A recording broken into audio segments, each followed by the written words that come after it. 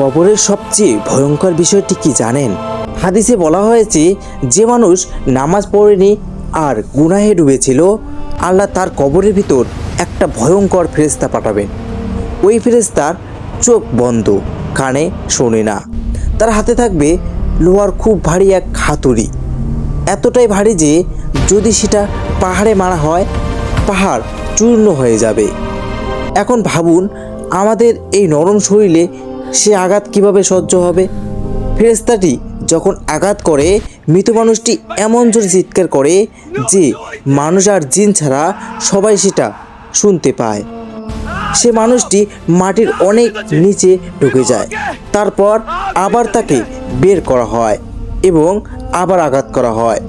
তখন সে কাঁদে, ক্ষমা চায়, বাঁচতে চায়, কিন্তু ফেরেশতা থামে না। কেন?